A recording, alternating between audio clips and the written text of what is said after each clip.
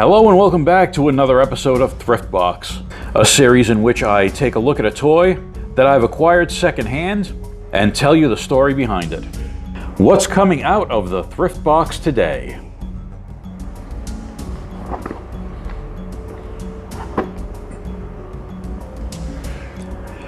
Well, I've got a lot to say about this guy. Let's get into it. Thun, Prince of the Lion Men, son of King Jurgrid, is one of the three most powerful rulers on Mongo. First appearing in the Flash Gordon comic strip of the 1930s, Thun was created by Alex Raymond. In the original comic strip, the Lion Men of Mongo appeared as humanoid with leonine features and lion tails. Thun's first appearance outside of the comic strip was in the 1936 live-action Flash Gordon serial, where he was played by James Pierce. In 1979, Filmation created the cartoon The New Adventures of Flash Gordon, which aired on Saturday mornings on NBC. Thun was one of the main supporting cast members on the cartoon, and was Flash Gordon's first and fiercest ally in the fight against Mongo's tyrannical ruler, Ming the Merciless. In the cartoon, the character of Thun, voiced by Alan Melvin, had an appearance which was that of a literal lion man, having the head of a lion rather than just a human with lion-like features. There was a character named Thun that appeared in the 1980 Flash Gordon feature film, played by actor George Harris, and while this character was a Prince of Mongo, he did not appear as a lion man and was killed by Ming very early in the film. In 1979, Mattel created a toy line based on Filmation's version of Flash Gordon. The figures in the line were 5 POA, mimicking Kenner's hugely popular designs for the Star Wars toy line. There were 8 figures in the Flash Gordon line: Flash Gordon, Dr. Hans Zarkov, Prince Vultan of the Hawkmen, Thun, the evil Ming the Merciless, and 3 of Ming's lackeys, Captain Arik, a Beast Man, and a Lizard Woman. There were 2 vehicles released for the line: a huge inflatable rocket ship that had a separate plastic compartment, and that plastic compartment was released separately as Ming's shuttle. And we can see that this Thun figure has a very simple design and very little paint application on him. There's just a small dot of paint in the pupils of his eyes. Other than that, all the paint is on his mane and loincloth. And you can see a lot of the paint on the legs of the loincloth has worn off. So he's still got his manacles on his wrists from when he was a prisoner in Ming's slave mines, but those were never painted. He did originally come with an axe accessory, which was the same accessory that was released with the Lizard Woman figure. And luckily, my example of Thun still has his tail attached. This tail is very rubbery, and more often than not, it will be missing from the figure when you find a loose, used example, because there's only a small rubber tip attaching the tail to the back of the figure, and often that tears away. But he is a pretty nice representation of the animated character, and he's one of my favorite figures from one of my favorite childhood toy lines. The Flash Gordon line was very colorful, and it fit right in with my Star Wars action figures.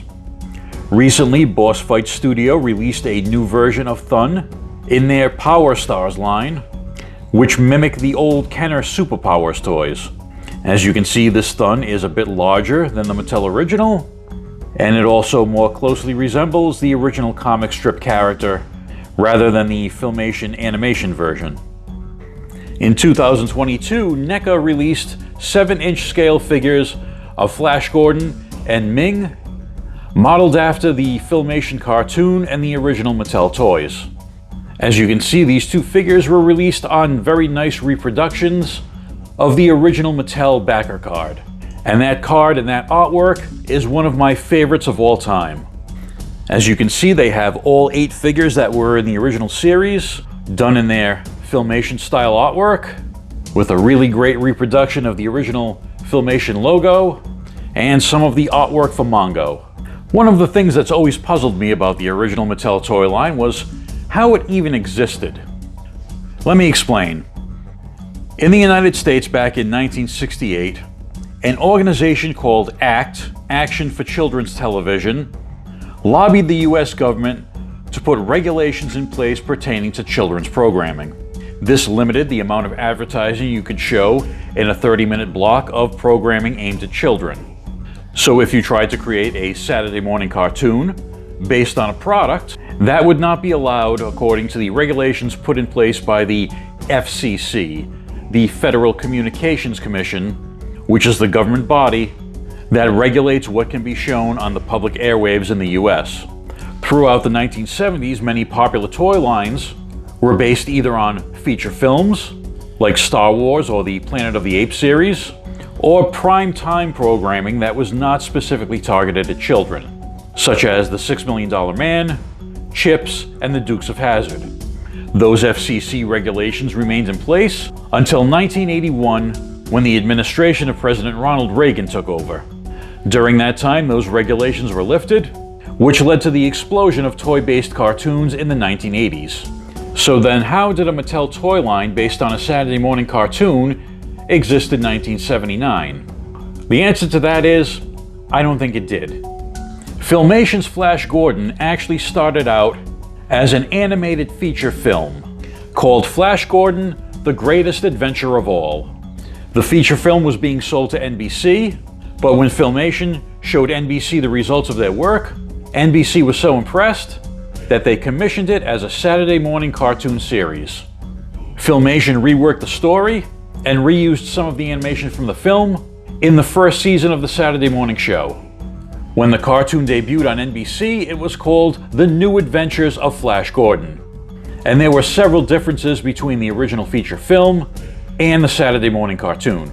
Some of the voiced cast was different, including that of Prince Thun. In the feature film, Thun was not voiced by Alan Melvin, but by well-known screen and voice actor Ted Cassidy. The biggest difference, however, between the series and the film had to do with the plot and the tone. The feature film seemed to be skewed a bit more toward adults, and it was a period piece, set in 1939. One of the subplots of the feature film involved Ming the Merciless providing arms to Adolf Hitler's Nazi regime. An animated version of Hitler himself, as well as Nazi symbolism, were shown several times throughout the feature film. The film only aired once, on August 21st, 1982, after the Saturday morning series had been canceled. And it did air in prime time, not on Saturday morning. While the Saturday morning series has been released in its entirety on home media, the feature film has only had one official release, and that was in Japan. For the curious, there are ways you can view it, but you can do that on your own time. So my theory having to do with the original Mattel toy line was that it was not based on the Saturday morning cartoon, rather it was based on the feature film, even though that film didn't air for several years after the toy line had left the shelves. Why do I think this? Well, two reasons. One is the one I mentioned earlier, with the number of toy lines being based on primetime entertainment in the mid to late 70s. If the Flash Gordon feature film was being developed for prime time, Mattel would have had no issue creating a toy series for it. The other thing I look to is the title. As I said earlier, the Saturday morning cartoon was named The New Adventures of Flash Gordon, while the feature film was called Flash Gordon: The Greatest Adventure of All.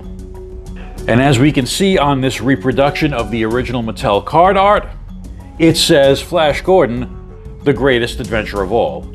Now, I've searched the internet for definitive proof that the toy line was based on the film and not the series, but I could not find any. So this is just a theory, but in my book, 2 and 2 add up to 4. What do you guys think? Let me know in the comments below. And let me know if you're a fan of Flash Gordon. I think it's a great series with a lot of toy potential that has yet to be tapped.